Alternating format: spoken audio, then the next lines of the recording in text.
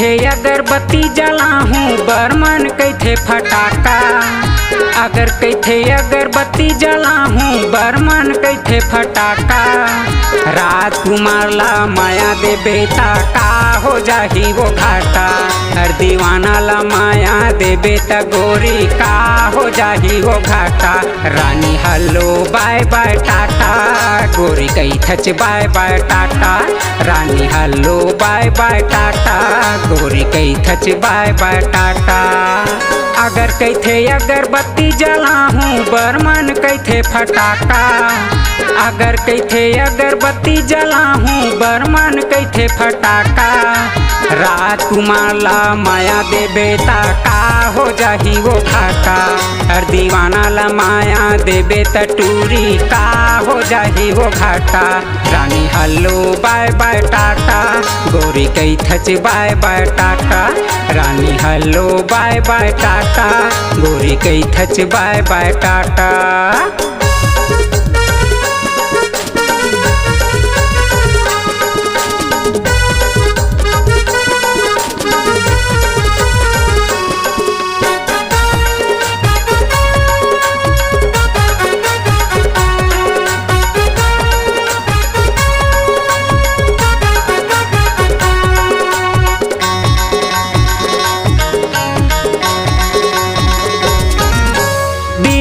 तोर बर जगह हवै वो तोला बताहूँ ता जाने बे।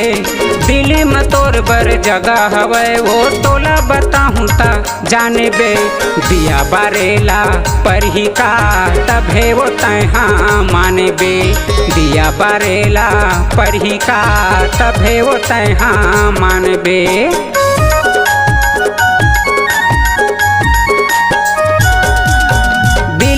तोर बर जगह हवै वो तोला बताहूँ ता जाने बे। दिल्ली में तोर बर जगह हवै वो तोला बताहूँ ता जाने बे। दिया बारेला पर ही का तभे वो तैहा माने बे। दिया बारेला पर ही का तभे वो तैहा माने बे। अगर कैथे अगरबत्ती जलाहूँ बरमन कैथे फटाका। अगर कैथे अगरबत्ती जलाहूँ बरमन कैथे फटाका।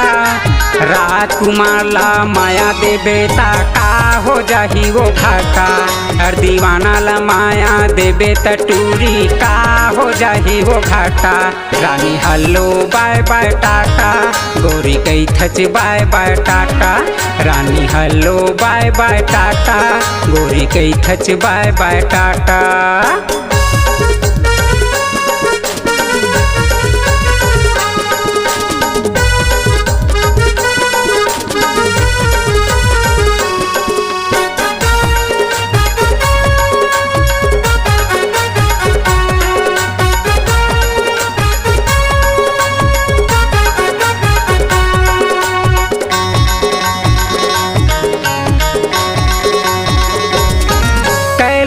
कैथे गनरस पिया हूँ नील कमल कोको कोला।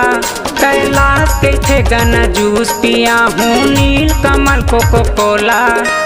खा पिए के मने है टूरी तैहा बता दे वो मोला। खा पिए के मने है गोरी तैहा बता दे वो मोला।